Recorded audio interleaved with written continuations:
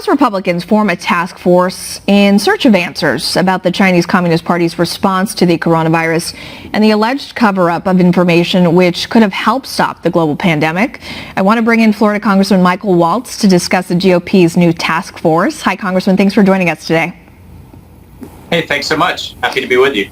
So the Republican task force that was announced last week by Minority Leader Kevin McCarthy to scrutinize China's influence in the U.S., its efforts to take over international businesses, and most importantly, its reported role in this initial outbreak of COVID-19.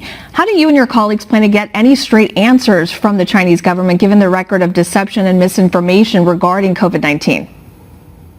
Well, we will certainly incorporate the ongoing investigations into the committee findings, many of which are from the intelligence community. And you're absolutely right. The Chinese have not been forthcoming. They still have not allowed us access to ground zero or to patient zero, and have effectively covered up the spread of this virus and the nature of it for their own gains. But really what I think bigger picture this is going to prove is a real wake-up call for most Americans in what we're dealing with the CCP, the Chinese Communist Party. This isn't about the Chinese people. This is about their authoritarian government. The fact that they are not our friends, and the fact that they seek to dominate a new world order where the United States is subservient to China, and they plan to do that economically and then eventually militarily. Well, then, Congressman, Secretary of State Mike Pompeo is saying that there is evidence that this virus came out of a lab in Wuhan. He's declined to elaborate on that, though. China isn't necessarily going to just allow American or global investigators into Wuhan to investigate those claims. So how exactly, what sort of plan do you have in place that will be able to allow lawmakers in Congress to verify or obtain any credible evidence to get China to admit that they're at fault for this? Well, I don't know that we'll ever necessarily get China to admit, but I do think we will present the evidence that the intelligence community has brought forward across a number of members. And what I really am excited about this committee is it has representatives from all over the United States and from across a number of the key committees, from armed forces to healthcare to education to labor.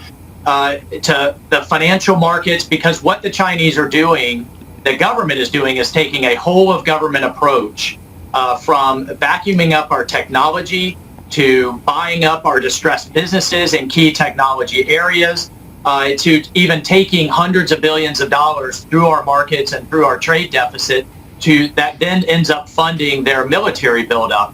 And so we are going to need a broad-based response. That's what this committee is looking to do. We need to begin thinking about the Chinese Communist Party just like we thought about the Soviet Union.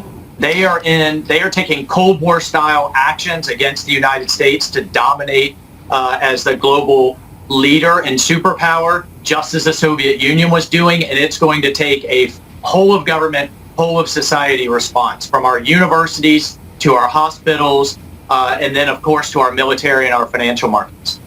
And then I want to switch gears a bit here. Minority Leader McCarthy blasting Speaker Nancy Pelosi for not bringing the House back into session while the Senate was back for a week now. Do you agree with McCarthy that all members of the House should be back on the Hill, even though we still have cases of COVID-19 popping up in D.C.?